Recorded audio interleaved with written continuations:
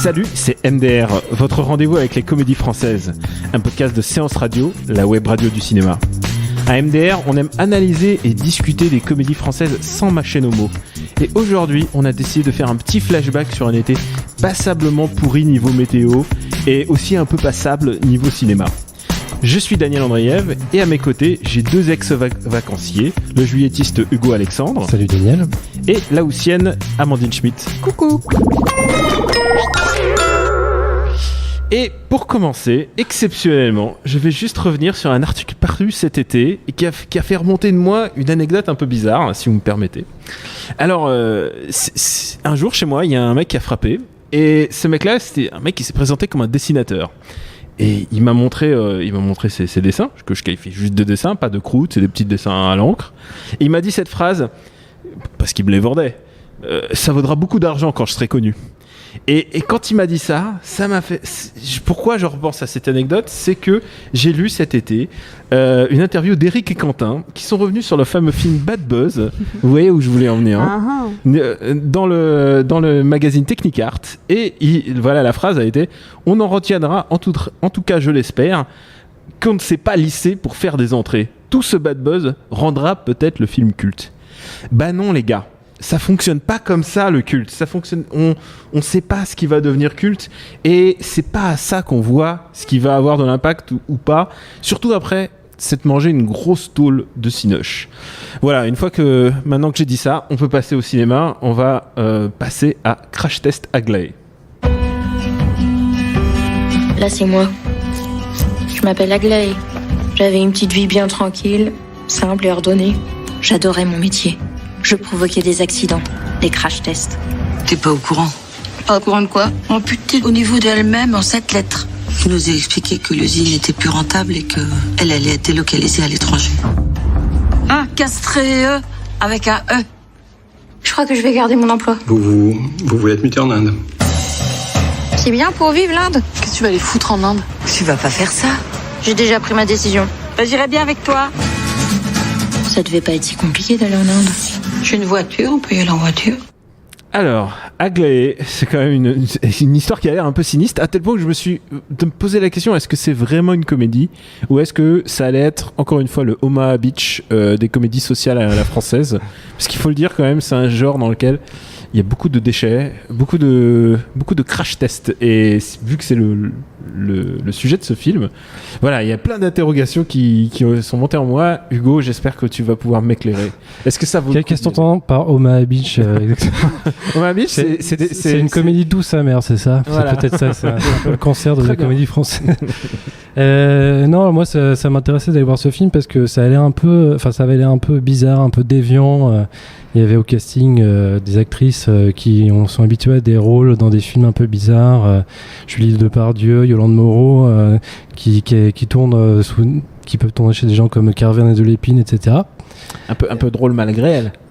Ouais, mais enfin elles maîtrisent très bien leur image quand même. Peut-être qu'au début c'était plus compliqué, mais maintenant elles savent ce qu'elles sont capables de faire. Ce que les gens veulent d'elles, ouais. Voilà. Et il y a en rôle principal India Air qui tourne pas mal depuis quelques années, mais qu'on n'a jamais vraiment vu dans un grand rôle. Donc là c'est elle qui joue le rôle d'Aglaé.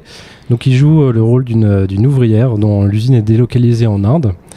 Et donc elle a un choix à faire, c'est être virée ou aller en Inde. Et normalement tout le monde dit je préfère être virée.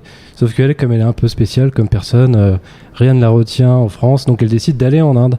Et donc il y a deux collègues à elle qui décident de l'accompagner, donc dans une Citroën ZX toute pourrie.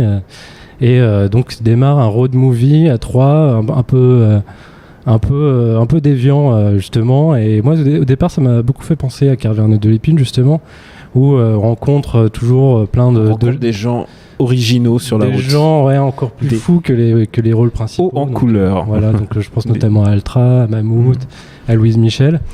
Et là, ça démarre un peu comme ça. chaque personnage est un peu abordé de manière absurde, décalée. Il y a des descriptions à mi-chemin entre Amélie Poulain et Wes Anderson, où il y a des gros plans sur les visages très symétriques. Enfin, Ça a l'air très c'est Wes Andersonien. Ouais. C'est très spécial, ouais. J'ai aussi pensé à Kauris Mäki, aussi, ce réalisateur finlandais qui fait des films mi-dramatiques, mi-comiques, mais on sait jamais trop quoi en penser parce que c'est toujours un peu spécial. Et ça démarre comme ça en road movie. C'est très très drôle au début. Il y a juste un petit défaut, c'est la voix off qui démarre en disant ça c'est moi. Oh. Ça c'est on n'en peut plus. On n'en peut plus. Voilà. C'est fini. C'est vraiment le seul petit bémol que j'ai à dire sur la première partie. Et l'autre problème que j'ai, c'est que en fait ce road movie s'auto-détruit de lui-même. Je dirais au bout de 20-30 minutes. Oh merde. Parce qu'en fait, Julie Depardieu et Yolande Moreau décident de rester sur une des étapes du road movie, en fait, de ne pas continuer la route en voiture. Et donc India Air se retrouve toute seule, livrée à elle-même, à faire la route. Donc je crois qu'elle se retrouve à partir de la Suisse, toute seule. À partir de la Suisse ? Elle est jusqu'en Inde, en fait. À partir de, genre, c'est assez tôt quand même. Elle a fait 1000 bornes et c'est tout. Ouais, c'est ça. Donc putain, en fait, le road movie quoi.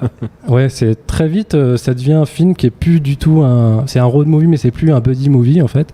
Et ça devient beaucoup plus sombre, beaucoup plus mélancolique. Et en plus, elle va visiter des pays un peu plus dangereux, donc elle se retrouve dans des zones en guerre, etc. Et en fait, la grosse rigolade. Ouais, voilà. J'ai l'impression qu'il y a une ambition. Qui est d'aller au-delà de la comédie, d'avoir une espèce de réflexion sur la fuite, la perte d'identité. Et je trouve que c'est pas la partie la plus réussie du film.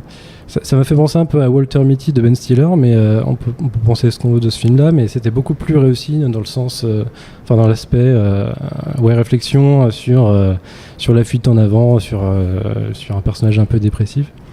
Cela dit, je trouve que le film dans l'ensemble est très très maîtrisé. C'est un premier film, donc j'attends avec impatience le second pour voir quel créneau il préférera continuer à creuser. Ouais, de Eric Gravel. Alors, aujourd'hui, exceptionnellement, on va pas avoir de reco parce qu'on fait un petit flashback sur cet été, mais tu vas nous dire simplement, Hugo, est-ce qu'on y va, est-ce qu'on n'y va pas, est-ce qu'on tient le Darjeeling Express de Julie Depardieu ? Non, je pense qu'on peut, on peut se passer d'y aller. Autant revoir un petit Wes Anderson. Et qu'est-ce que tu recommanderais à la place, à part Wes Anderson justement ? Alors dans le genre personnage un peu neurasthénique, un peu spécial, moi il y a un film que j'aime beaucoup, qui est culte pour beaucoup de gens et que pour beaucoup de gens c'est vraiment de la merde parce que les gens sont pas rentrés dedans. C'est Napoléon Dynamite, un film de Jared Hess de 2004. Super. Et c'est un film très très spécial avec des personnages aussi hauts en couleur, un peu déviants. Donc ça raconte l'histoire d'un lycéen un peu solitaire, un peu geek. Qui se fait taper à la récré, qui a un physique pas facile, des grosses lunettes, etc.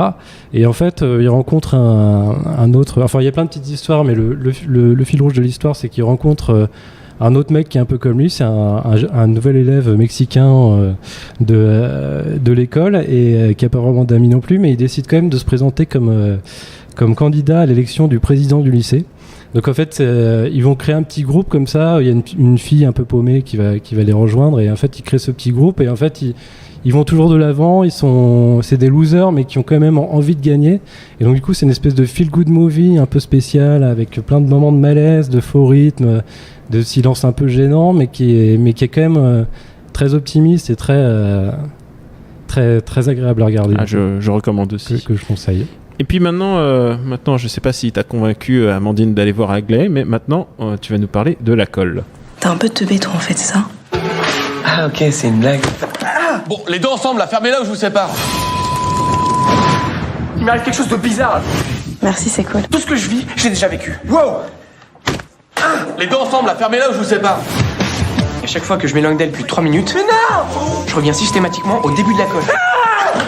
À 14h12. Et du coup, je suis bloqué. Ah, ça, c'est marrant, ça. Ouais, bof. Ah ouais, c'est vrai, c'est pas très marrant. Vous êtes collés à vie. Quelqu'un a fait mes stylos, là ? Les salles, elles sont toutes pourrites ici. On dit pourri, pas pourri. Les salles sont pourrites. Parce qu'on accorde le sujet avec sa mère. J'appelle toutes les communautés itinérantes, victimes de la politique de M. Jean-Claude Juncker. Ferme ta gueule. Je prends un PD, wesh. Oh non. Pourquoi ?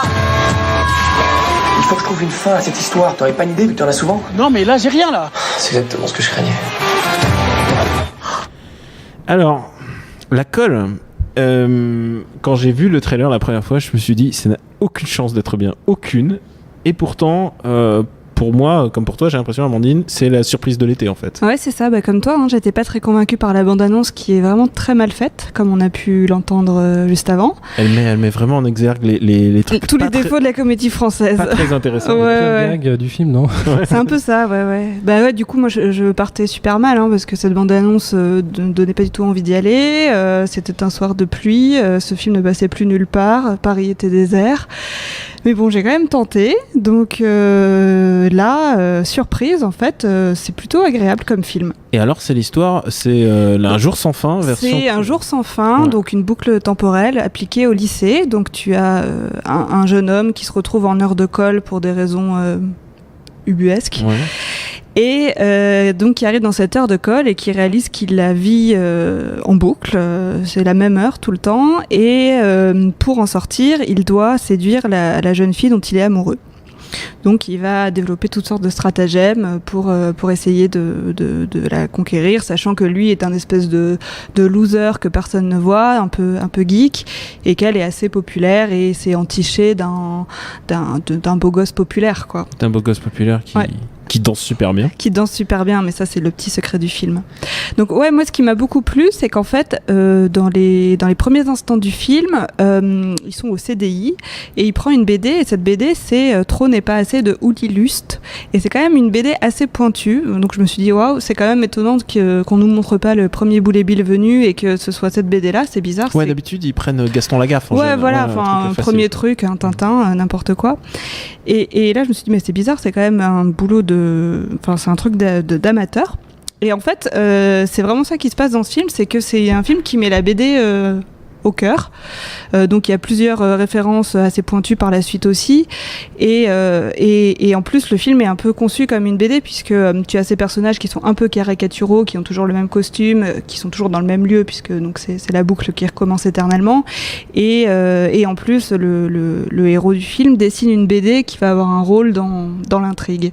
Et ça, c'est vraiment agréable parce que on sent que le réalisateur a vraiment un amour réel pour la BD. Et d'ailleurs, le générique est en BD est très très bien fait, et voilà. Oui, il y a vraiment une vraie design, il y a vraiment dans le production value de ce film est étonnante. Il est super bien réalisé pour ce que tu peux t'imaginer par rapport au trailer, et puis l'intégration de la BD se fait vraiment bien, quoi.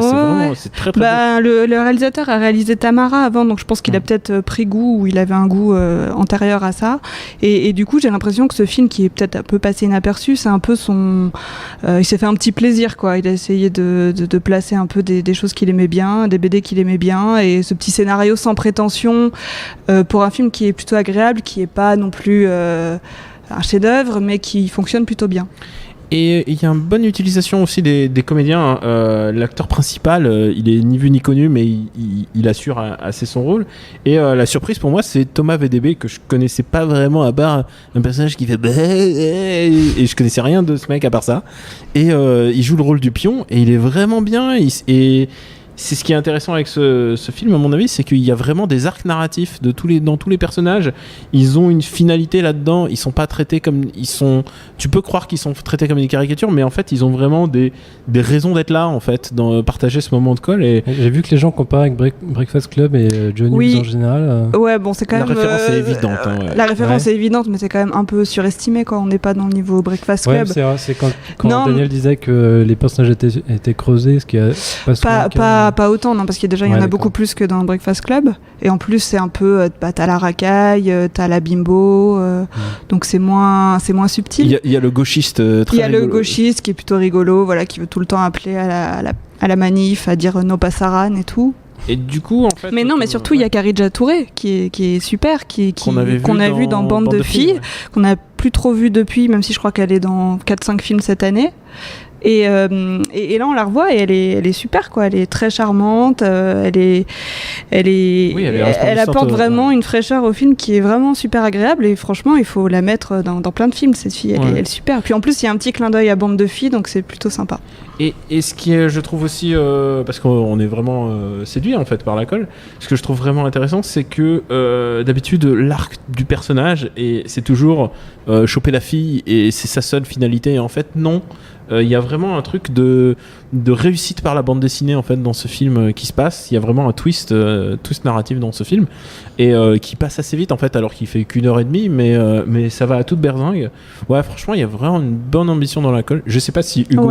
Non, mais après, faut quand même, dire que le message final est pas non plus est assez classique, quoi. Ouais. C'est on vaut tous quelque chose, finalement, on s'aime tous, on a chacun du talent et on peut réussir. Ouais, mais c'est ça qu'il faut dans une comédie. Après, ça reste une comédie populaire, donc t'es obligé de. Enfin, tu peux pas sortir avec un message nihiliste. Non, mais le gauchiste. Non, mais on a la séquence du discours, genre on est tous beaux, on est tous gentils et on s'aime, en fait, au fond. J'ai beaucoup aimé la vitalité de tous les acteurs, ils s'y donnaient vraiment à fond. Et pour en avoir vu pas mal de comédies cet été, je vous dis, la colle est vraiment rafraîchissante. Alors.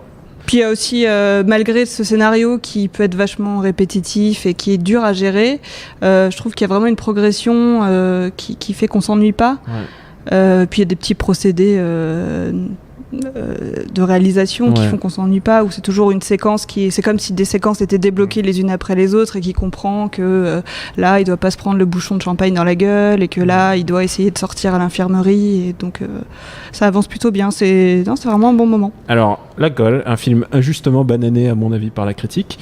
Moi je vais vous parler d'une autre comédie. Alex, tu vas pécho avec ça, mon bonhomme. Oh papa, j'ai jamais autant de succès avec les filles que quand j'étais mono. J'ai pas d'Alex, mec, hein. Toi, t'es chez les Sion et 4. C'est là-bas. Une colo pour un vieux, ça existe, ces trucs. Faites attention, parce qu'ici, colo, ça veut dire coloscopie. Ah, ça promet les vacances. T'es sur Facebook, sur Twitter, Grindr. Bon, allez, là, tout le monde se lave les dents et au lit, j'ai dit.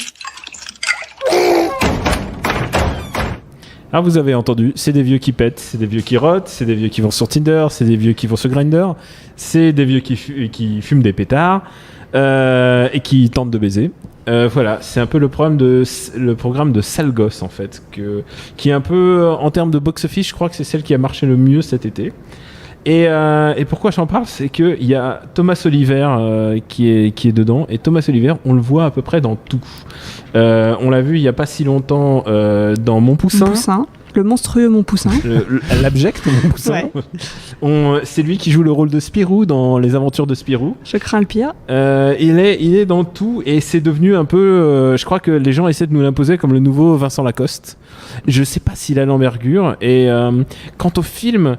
je suis assez touché toujours quand il y a des sujets qui divergent un peu, quand c'est pas que des jeunes, quand c'est des petits vieux ou des et là c'est le cas en l'occurrence. Il y a Albert Delpy, donc lui aussi c'est sa grande saison puisqu'il est dans 2 films, il est à l'affiche de 2 films puisqu'il fait en même temps Rattrapage. Je sais pas comment il fait, il enchaîne les et ouais, c'est sans prétention, c'est vraiment sans prétention. Il y a quand même les meilleurs vieux du cinéma français. Hein. Ah bah les meilleurs vieux comiques du cinéma français. Il y a Michel Moretti. Ouais, il y a Liliane Rover. Liliane Rover qui joue la femme abjecte, qui est toujours... souvent. Enfin, c'est ce qu'elle fait le mieux, quoi. Et oui, voilà. Et donc, il y a Albert Delpy. Je crois qu'il y a Carmen Maura aussi, qui est aussi une très belle femme âgée du cinéma français. Voilà, c'est sans prétention et je vous incite pas vraiment à aller voir ça, mais à chaque fois je suis surpris par le potentiel de ces films qui disparaissent de l'affiche en général. Si vous êtes parisien, une semaine après c'est impossible à trouver à part dans un truc tout paumé, alors que ça continue de tourner en province en fait. Et si en fait c'est qu'il n'y a pas que le cinéma parisien en fait qui fonctionne, et c'est ce qu'on met en valeur dans MDR, c'est que c'est pas forcément parce que ça a quitté les ciné parisiens que ce film a cessé d'exister en fait. Et je suis sûr que les sales gosses est en train de jouer, il va jouer encore 1 mois parce que c'est du rire facile, c'est du rire de vacances, c'est du rire qui fonctionne. C'est quand même drôle ou pas? Ouais, c'est la question qu'on se pose. Ah, tu veux vraiment que je te dise? Bah moi, oui. les vieux qui fument des pétards, ça me fait pas très rire. Et en plus, ça montre que en fait Thomas Oliver, en fait c'est un bon garçon en fait, et c'est un bon gars, et finalement il va rentrer chez ses potes, et en fait ses potes ils sont tous superficiels, alors que finalement il a trouvé l'amitié avec les vieux. Ouais. C'est ce que voilà, si je vous dis la vérité, ça vous donne pas envie, voilà. Bon, je pense qu'on peut ça. Je m'étais gardé encore d'autres comédies sous le coude pour en parler, mais je pense qu'on va les garder pour la prochaine fois, puisque Mission Pays Basque, je pense qu'on va faire l'impasse dessus. Tout un programme. On remercie la technique pour nous retrouver. C'est MDR sur iTunes et toutes vos applis dédiées au podcast, à SoundCloud.